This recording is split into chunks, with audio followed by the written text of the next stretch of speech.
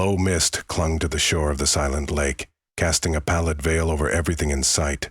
Weathered reeds poked through the still water, quivering in the breeze as if whispering dark secrets.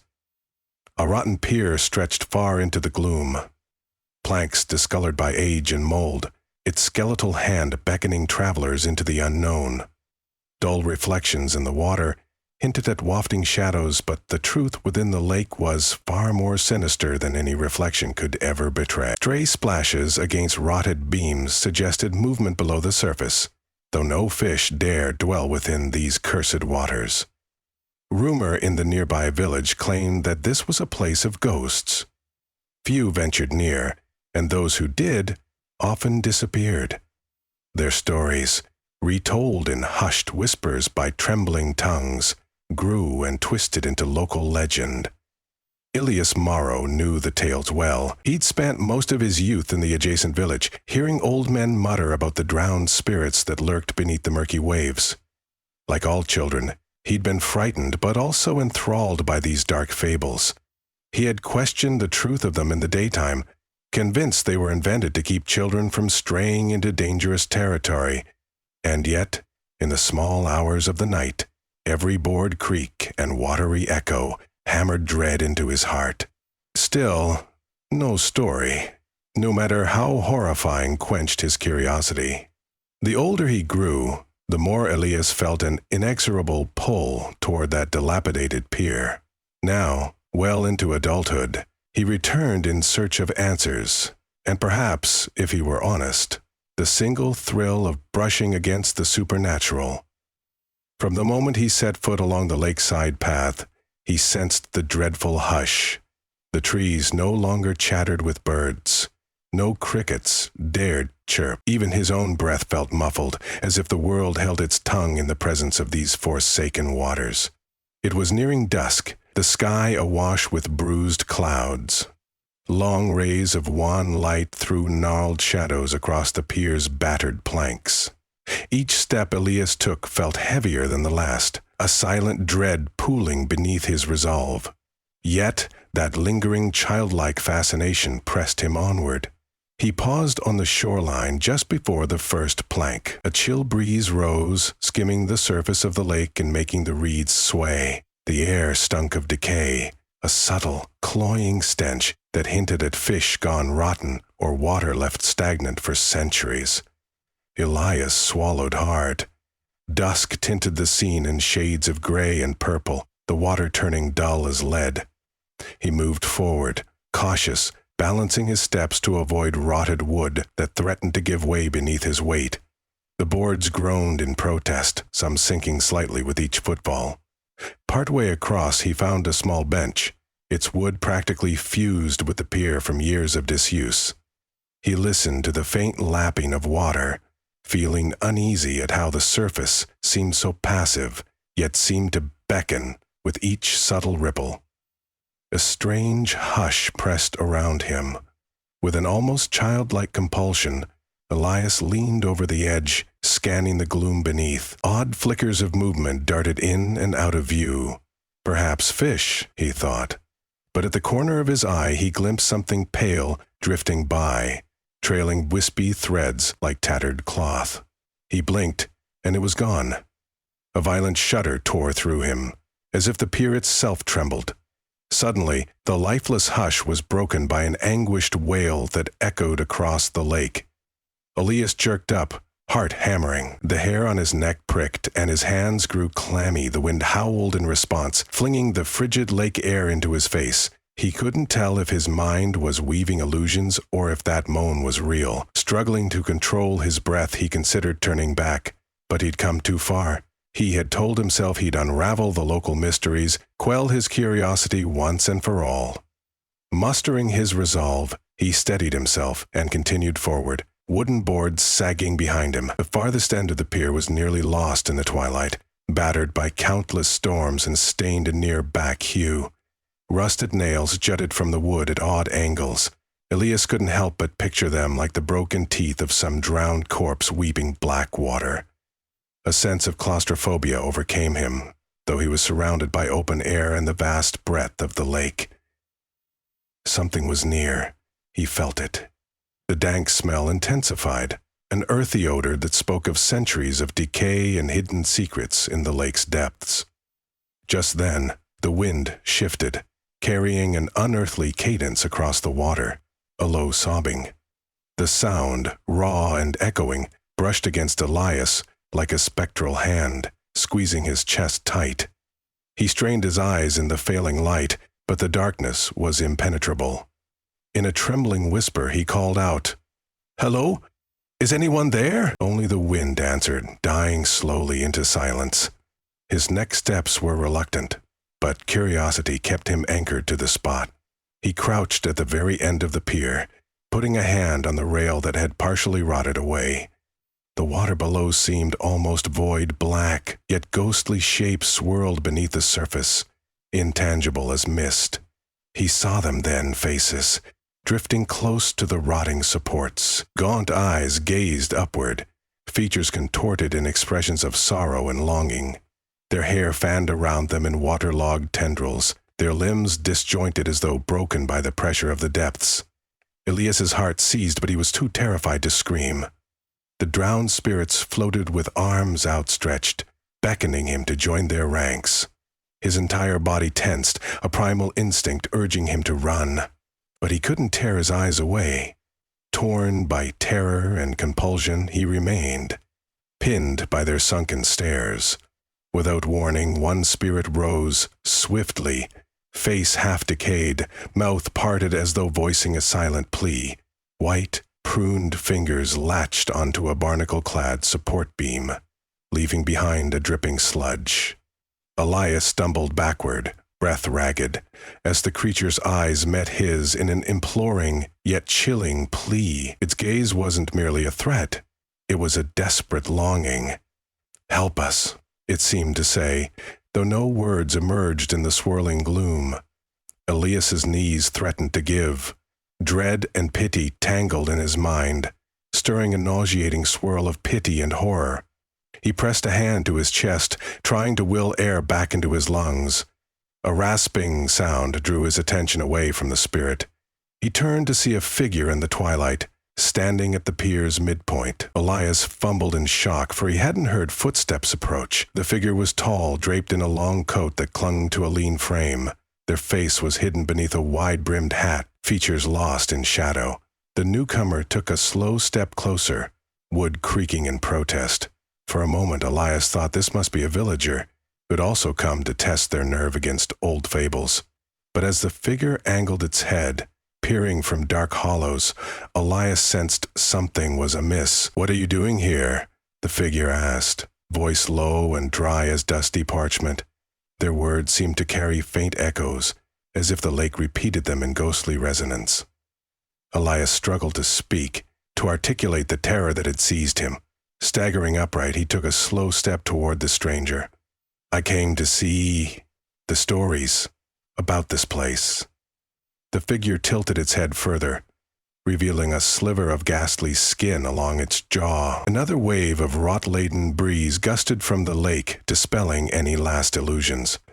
Elias realized with sudden clarity that the entity before him was as unnatural as the drowned specters below. "They are hungry," whispered the figure, gesturing toward the water. "Always hungering for warmth, for life." The voice held neither scorn nor kindness. It carried the weight of countless nights spent on these very planks, watching soul after soul vanish beneath the lake's surface. Elias swallowed, eyes darting from the dark water to the stranger. For a split second, he wondered if he had meandered into some long-forgotten dimension where nothing was truly living anymore. Thunder rumbled softly in the distance, and distant storm clouds veined the sky with silver.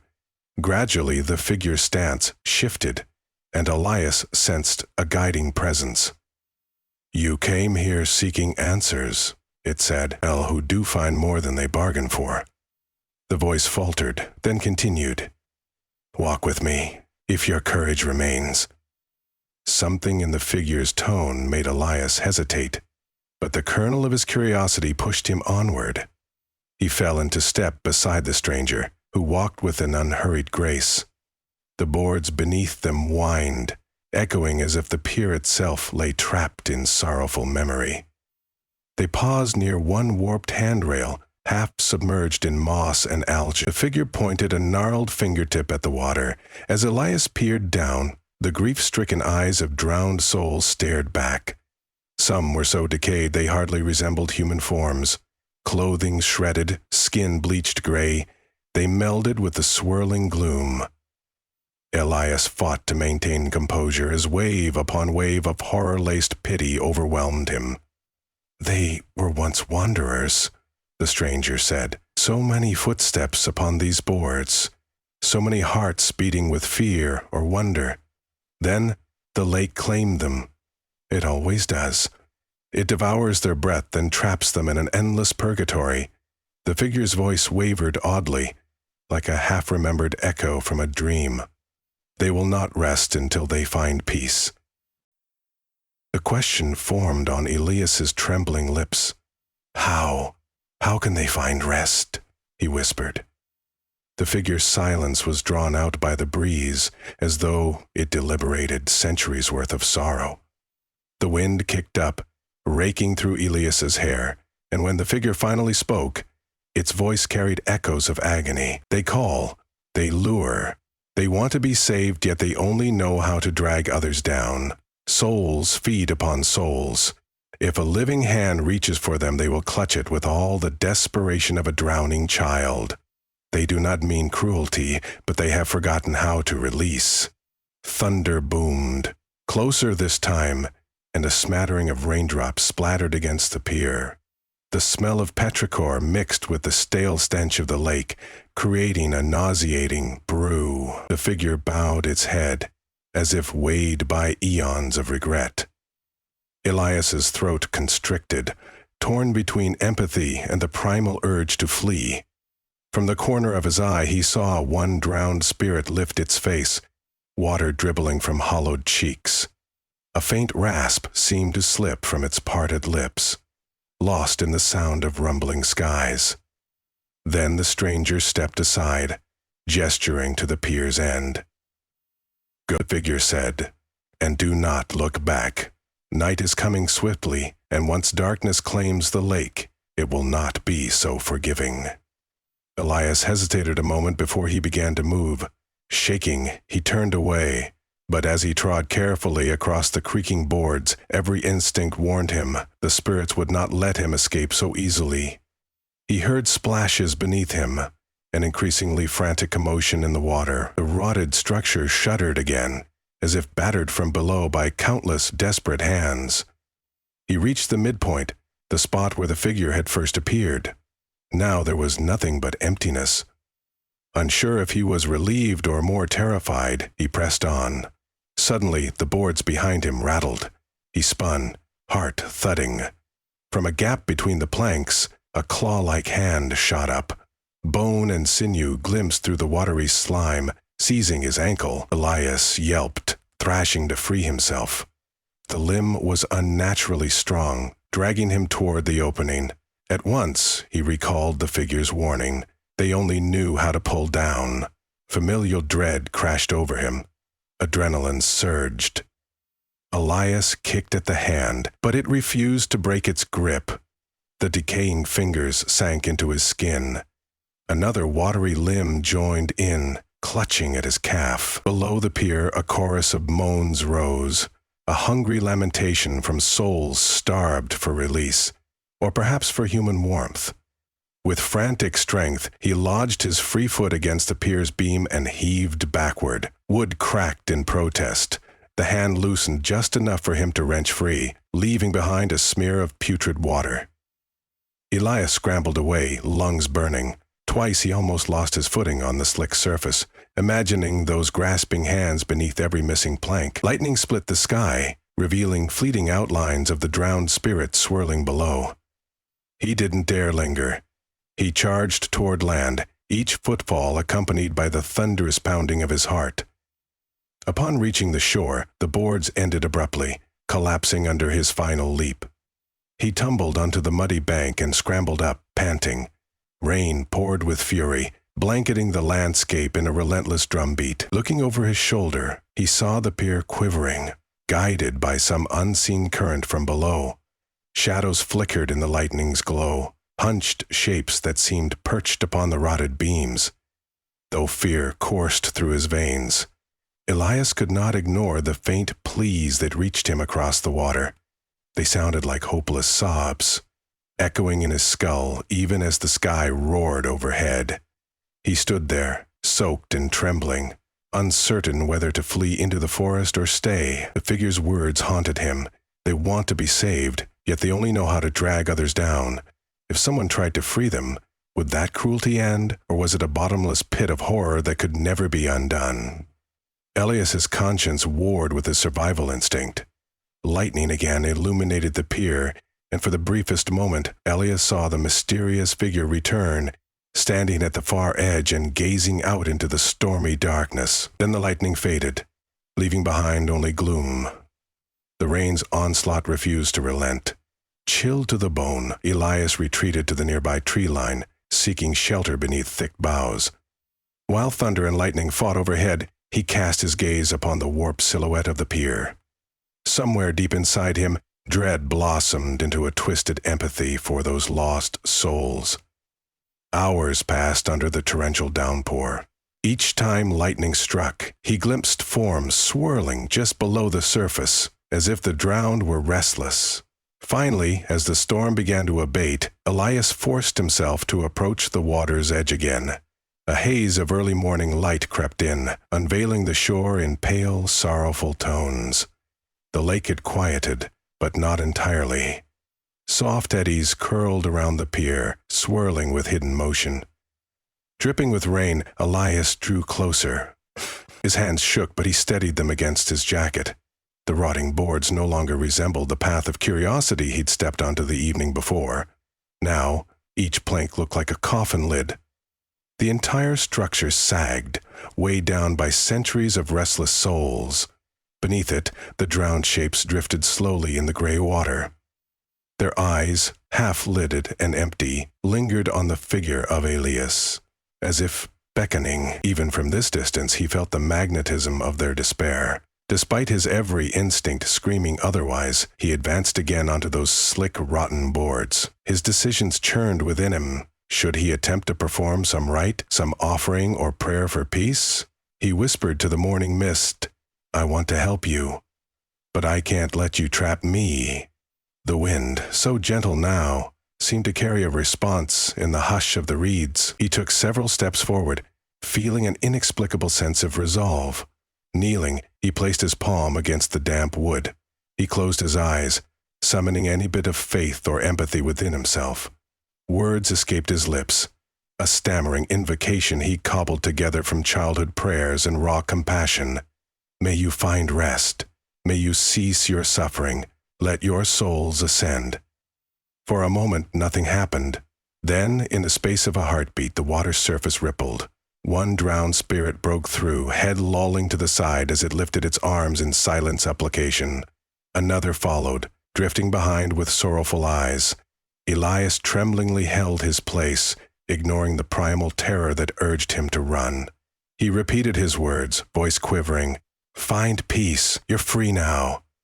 Tears burned in his eyes as though their anguish were flooding into him. A faint swirl of whitish mist rose from the water, fluttering upward. For an instant, Elias felt the presence of childlike wonder, of a soul searching for comfort in an endless night. He dared to believe they might find release. Then, as abruptly as a horror show unleashed, the morning calm broke into a frenzy. Splashes erupted beneath the pier. Splashes erupted beneath the pier caplet's arms, and faces thrashing with renewed vigor. Their tortured mouths formed silent cries, eyes pleading for deliverance. The swirl of pale mist quickly dissipated among the chaos. Something brushed by Elias's ankle, even though he stood above the water. A malignant chill crawled along his spine. He realized all too late that the drowned spirits, starved for salvation, were flooding towards him in one final, desperate wave. The pier groaned. Gaps shuddered violently, and water sloshed up through the crack. Elias leapt backward, only to feel an icy hand clamp around his ankles. He crashed onto the wooden boards, stunned by pain as his head struck a support beam. Spots danced in his vision, and the anguished moans of the spirits seemed to echo inside his skull. In frantic desperation, he kicked, but more hands emerged, slick and relentless. One latched onto his wrist, began pulling him sideways. Another seized the collar of his jacket, twisting. He was being dragged inch by inch toward the water, the boards slick with his own sweat and the rank slime from their decaying arms. His mind whirled in panic, the memory of the figure's warning echoing. They will clutch it with all the desperation of a drowning child. They only know how to drag others down. Elias gasped for breath, but water and fear choked him. He felt the wood beneath his body give way slightly, and a broken plank dipped toward the water. More moans, more chilling pleas squeezed around him, as though the entire lake yearned to swallow him whole. Summoning his last shred of strength, he wrenched his arm free and clawed at the pier. Slimy nails scraped at his flesh. The drowned soul's grip was as unyielding as the weight of centuries. Lightning no longer lit the sky. The world had become a dull gray hush. Echoes of the storm retreated into distant rumbles, yet the chaos beneath the pier was thunder enough. Elias was pulled to the very edge, his legs dangling over that black, hungry water. He twisted, mustering all his might. With an anguished groan, he jammed his free foot against a loose plank and kicked outward, toppling one of the watery forms that clung to him. Some faint part of him recognized that they weren't monsters, just lost souls. But in this desperate moment, he fought for his life. Another plank splintered, plunging half his torso downward. Water splashed up to his chest, shockingly cold.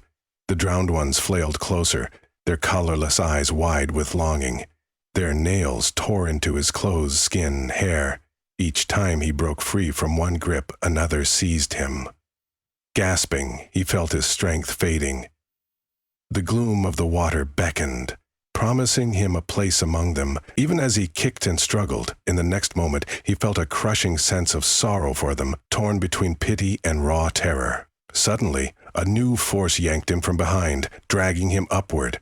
In a dizzy blur, Elias found himself sprawled across the pier, free from the immediate clutch of those watery hands. He coughed raggedly, spitting out brackish water. For a heartbeat, he thought perhaps the figure had saved him. Glancing back, he saw no one, only a swirl of black cloth at the corner of his vision, then empty air, a fleeting presence that vanished like a dying echo. Shaking violently, Elias rolled from the broken edge. The drowned spirits howled a soundless lament, swiping at him from beneath the snapping planks. Without waiting to understand this small miracle, he crawled across the split boards toward shore. His clothes dripped, and the stench of decay clung to him. Muscles burning, he hauled himself onto solid ground and lay there, chest heaving. The deserted lakeside was nestled in mist, silent save for his own heartbeat. He half expected the drowned souls to slither onto the bank, but they did not. If they were truly capable of leaving, perhaps they would have done so long before. Instead, the rotten pier sagged under the weight of generations of despair, swallowing the echoes of hoarse pleas. In time, the morning brightened. A feeble sun parted the clouds, bathing the lake in pale gold. Elias stared at the lapping water, stunned that it could appear almost picturesque in daylight. Had a stranger stumbled upon the scene now, they would have thought it a simple, neglected pier resting on a quiet lake. Yet, Elias knew the horror that dwelled below. Gradually, he forced himself onto unsteady feet. His entire body throbbed, and his mind churned with lingering questions. A trembling hand pressed against his chest, feeling his hammering heart. Though relief warred with remorse, he limped toward the forest path that led back to the village. Each step was a struggle, his clothing soaked and shredded, but the morning light gave him something akin to hope. He paused once, casting one final haunted glance at the lake beneath the shimmering surface. Shapes drifted, neither at peace nor wholly among the living. He thought he glimpsed a wide-brimmed hat in the silhouette of the rotted beams, but the sun's reflection made it impossible to be sure. Perhaps the figure was a sentinel, cursed to remain here, neither saved nor damned fully. Perhaps it was another restless soul, still searching for a means to release those beneath. For Elias, the truth was undeniable. The drowned would always yearn for comfort. They would cling to any traveler who ventured onto that rotten pier and entangled them in their desperation. No prayer or fleeting compassion could break centuries of longing in a single night. Yet, he had survived, narrowly escaping a fate worse than death. He knew the memory of that desperate moment. The ghostly hands snatching at his limbs would mark him forever. Deep within him planted a seed of guilt, a sense that he had abandoned them in their hour of need. Still trembling, Elias turned away. The faint glow of the sun guided his faltering steps, leaving the dying shrieks of the pier far behind. Somewhere in the gloom of that hateful lake, the drowned souls would continue their endless vigil, and they would whisper, just beneath the surface, of the living who tread there so heedlessly. The rotten boards would creak in the night wind as the drowned once more reached up for the warm hands that might deliver them, only to drag them to the same watery darkness they inhabited. It was not redemption they offered, nor even malevolence, but a cry for an impossible salvation born of grief. Their silhouettes merged with the rotted pillars, swaying in the tidal hush, calling for deliverance that would not come. A tragic lullaby beneath a broken sky. And so, the ancient pier remained, stretching out over the lake's depths like a warped invitation to an underworld from which no one truly returned the same. The village's ghost stories would never capture the full horror of what Elias had seen, for the lake itself held secrets that defied words, drowned whispers waiting patiently for their next victim, lost beneath the moss-laden boards and the silent watch of the figure who haunted the darkest hours before dawn.